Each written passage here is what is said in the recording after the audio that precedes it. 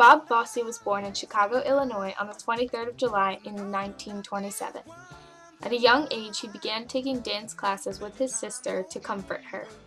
He took a liking to the art of dance and began enrolling in more and more classes. Living in secrecy, hiding from the ridicule of public school kids, he dedicated a majority of his free time to his newly discovered passion. He spent many of his younger days performing in burlesque clubs. In his autobiographical film, All That Jazz, Bob Fosse created an alter ego to portray his struggles.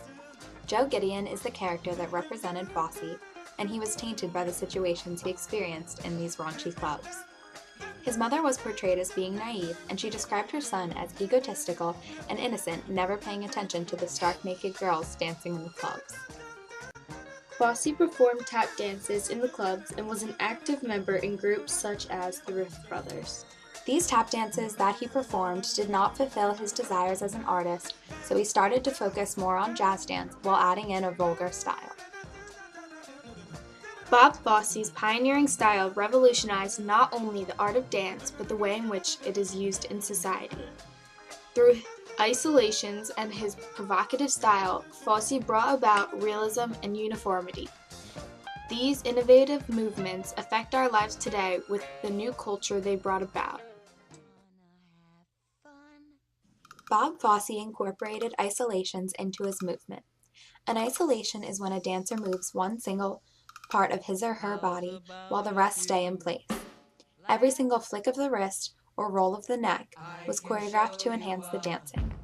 Isolations are a part of Fosse's trademark style and can be easily spotted in the dance if one knows what to look for. Here you can see their heels tapping.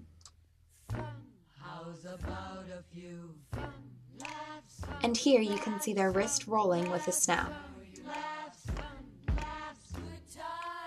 These subtle movements pulled the audience towards the dancers, which kept the viewers on the edge of their seats. The theory that Fosse preached to his dancers was less is more. Each isolation helps tell the story. It is almost as if the dancers are telling the audience a secret, never giving them too much information. With the isolations, the dancers are sometimes left in an unnatural position. Fosse had a bit of a curved back and was naturally pigeon-toed. In result, his choreography portrayed his physical insecurities and disabilities. The style that Fosse produced contained dancers whose knees tended to be turned in and their upper bodies in a hunched stance. This dance is from the movie Sweet Charity starring Shirley MacLaine. It was choreographed and directed by Bob Fosse and appeared in theaters in 1969 after being a long-standing Broadway show. Michael Barnes from the Austin American-Statesman described this dance, Big Spender, as luring potential clients, a pulsating group of trampy dancers, prostitutes essentially, deadpan their humorous lewdness and mock the inflated flattery of intended customers. Essentially what Barnes is saying is that everyone who knows Fosse knows that he did sexy dances, but few people realize that he put wittiness in it as well. This movie helped create Fosse not only as a choreographer, but as a director with his new innovative style that had not yet been seen before.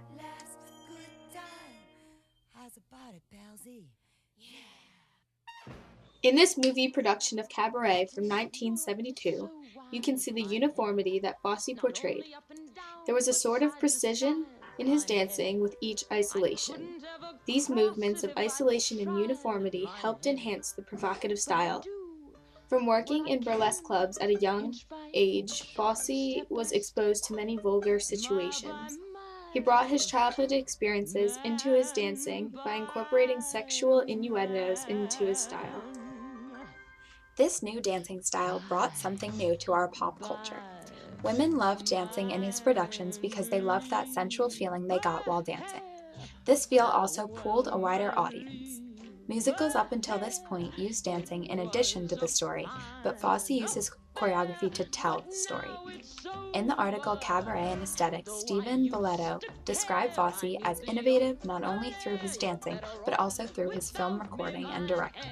A quote from this article that expresses these ideas is, "One of the film's most striking features is indeed that all the music is diegetic. No one sings while taking a stroll in the rain. No one soliloquizes in rhyme. The musical numbers take place on the stage in the Kit Kat Club. This directional choice of Bob Fosse's thus draws the attention to the musical numbers as musical numbers, in a way absent from conventional film musicals, which depended on the audience's willingness to overlook, say, why a gang member would sing his way through the streets in a fight. In Cabaret, by contrast, the songs announce themselves in daily life." Anne Rankin worked very closely with Bob Fosse and maintained an intimate relationship with him. She was a dancer and had appeared in many of his productions. In the movie recording of Fosse, which was first a Broadway production, Rankin appeared in an interview to describe her experiences with Bob Fosse. After a while, I realized that Bob worked in a series of paradoxes. It's elegant, yet it's very funky. It's fragile, yet it's also quite tough. It has a fragile weight. It's sensual, yet it's witty. With these oxymorons, Fosse displayed realism. This version of Chicago, directed by Rob Marshall in 2002, was a recreation of the Broadway production. The movie takes Fosse's style and much of his same choreography and incorporates it. The movie depicts Chicago in the 1920s, from glam and fame all the way down to the criminals and corrupt society. This dance, Cell Block Tango, shows the realism because it does not sugarcoat the story. Bob Fosse created a sense of darkness into his productions that had not yet been experienced in the other shows. Bob Fosse marked a turning point in history by bringing a new style to his directing and choreographing. By using his trademark steps and telling a story through dance, he caught the eye of many. People flocked to his productions because they always called for an exciting, dark show. He left the world with a realism that was so intimate, viewers felt as if they could connect better with the story. He introduced a sensual and cynical type of jazz that is still used in the world today.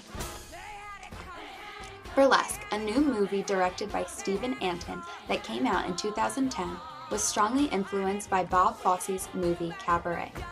His style is still being used today throughout the entertainment industry. Two other examples of how he inspired people come from two well-known artists of the 21st century. Here is Beyoncé in an interview on the talk show 106 & Park, discussing how she was inspired by Bob Fosse's Mexican breakfast production. I saw this on YouTube. It's these three ladies, and one of them is Bob Fosse's wife, who's this choreographer. It's from like the 60s, and it's one take, and it's black and white. And I thought, wow, how amazing would that be now?